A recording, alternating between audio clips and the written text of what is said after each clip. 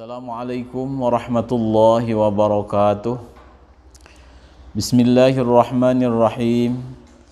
Alhamdulillahi rabbil alamin. Allahumma salli ala sayyidina Muhammadin wa ala alihi wa sahbihi ajma'in. Amma ba'du. Sahabat-sahabat YouTube yang saya hormati, alhamdulillah kita bisa berjumpa lagi. Semoga semuanya dalam ridha Allah, dalam lindungan Allah dan dalam pertolongan Allah Subhanahu wa taala. Amin ya rabbal alamin. Pada video kali ini insyaallah saya akan men-share sebuah faidah tentang 5 amalan agung yang sangat dianjurkan kita kerjakan di hari Asyura atau hari ke-10 bulan Muharram 6. Yang pertama, amalan yang sunnah dikerjakan di hari Asyura atau hari tanggal 10 Muharram adalah melakukan puasa sunnah. Diterangkan di dalam kitab I'anatul Talibin Syarah Fathul Mu'in juz kedua halaman 266. Yuta'akkadu shaumu yaumi Asyura. Yuta'akkadu dikukuhkan naun shaumu yaumi Asyura, berpuasa di hari Asyura. Wa huwa ashirul muharrami, yang dimaksud dengan Asyura adalah tanggal 10 bulan Muharram.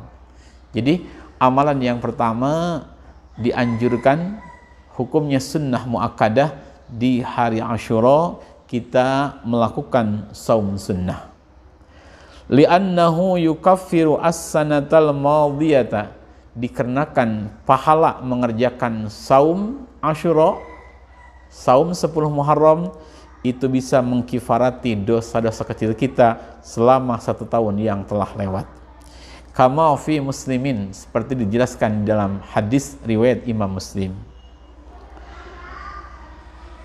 Selain hadis yang saya sampaikan tadi, ada juga sebuah hadis yang termaktub di kitab Al-Ghunyah juz kedua halaman 87 tentang keagungan saum Asyura.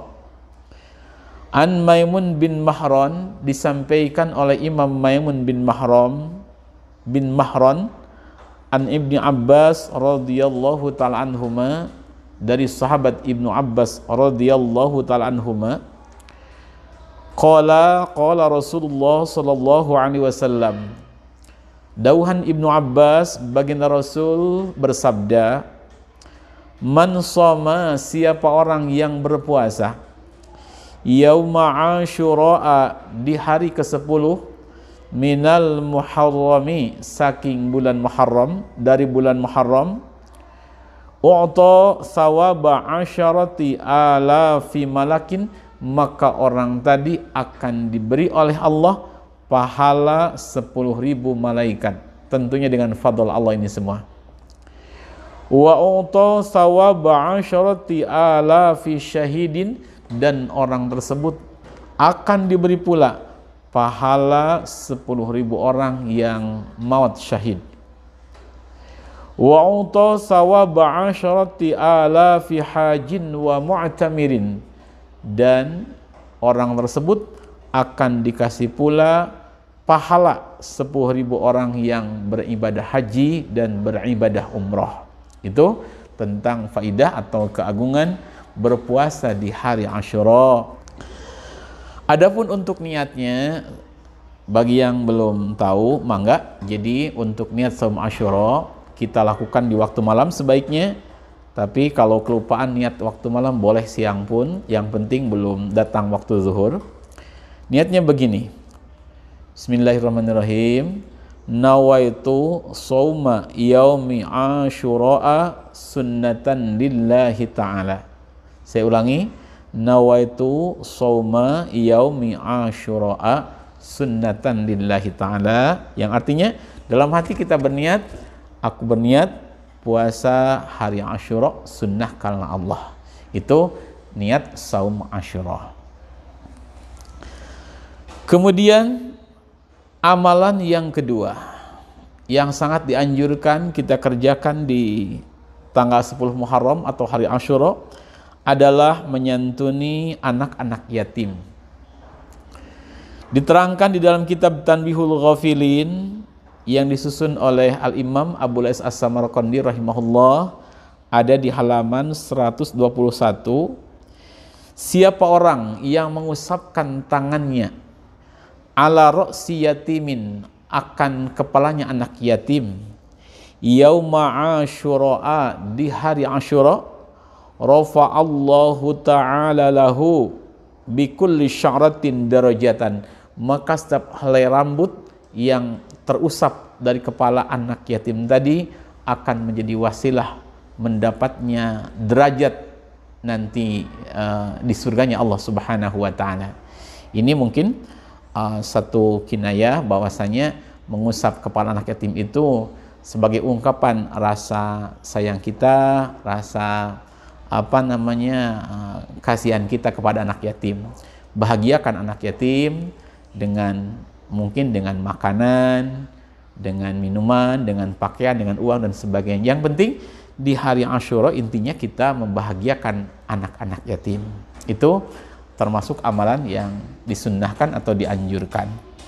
Bahkan ada keterangan di dalam kitab Wasiyatul Mustafa, baginda Rasulullah Shallallahu Alaihi Wasallam bersabda kepada Imam Ali bin Abi Thalib, wahai Imam Ali, andaikan ada anak yatim yang tertawa bahagia, maka Allah Subhanahu wa taala akan menyuruh ke malaikat Jibril salam, wahai malaikat Jibril, luaskanlah surga untuk tempatnya orang-orang yang bahagiakan anak-anak yatim. Dan sebaliknya, bila ada anak yatim yang tersakiti hatinya, yang bersedih karena disakiti seseorang, maka Allah Subhanahu wa taala berfirman kepada malaikat Jibril, luaskanlah neraka untuk orang-orang yang menyakiti anak yatim. Nah, sini penting sekali di hari Asyura kita membahagiakan, menyantuni anak-anak yatim. Kemudian untuk amalan yang ketiga, ini amalan yang ketiga adalah amalan agar kita diluaskan rezeki oleh Allah sepanjang tahun, dicukupkan rezeki oleh Allah sepanjang tahun. Amalan yang ketiga yang dianjurkan dilakukan atau dikerjakan di hari Asyura adalah membahagiakan keluarga, bisa dengan makanan, minuman atau lain sebagainya. Ada satu hadis, anna Abdullah radhiyallahu taala anhu qala Rasulullah sallallahu alaihi wasallam, Rasulullah bersabda, man wasa'a ala ahlihi, man sahajalmi wasa'a nugawe kajembaran si jalmi ala ahlihi, akan keluarganya si jalmi. Siapa orang yang bahagiakan keluarga fi yaumi Asyura, di hari Asyura, wasa'allahu alaihi sa'ira sanatihi, maka Allah akan melapangkan, meluaskan rizki orang tersebut di sepanjang tahunnya. Rawahul Baihaqi, hadis riwayat Al-Imam Baihaqi. Qala Sufyan bin Uyainah, telah berkata seorang tabi'in yang bernama Imam Sufyan bin Uyainah yang lahir tahun 107 Hijriah, jarabna dzalika, aku telah mencoba faidah ini, yakni faidah membahagiakan keluarga di hari Asyura. Mungzu khamsina sanatan, awit zaman 50 tahun, selama 50 tahun. Falam naro illa sa'atan, maka berkah daripada membahagiakan keluarga di hari Asyura, aku mendapatkan kejembaran, keluasan rezeki sepanjang tahun.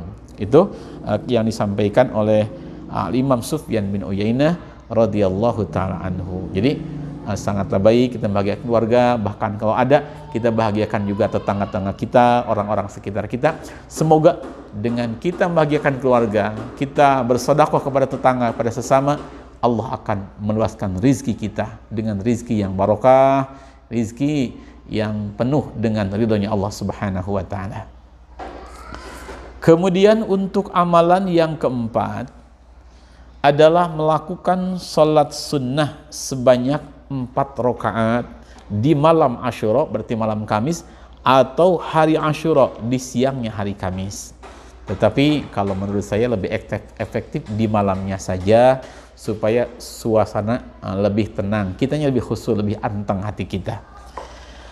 Ada keterangan sebuah hadis di dalam kitab Nuzhatul Majalis wa Muntakhabun Nafais, halaman 215.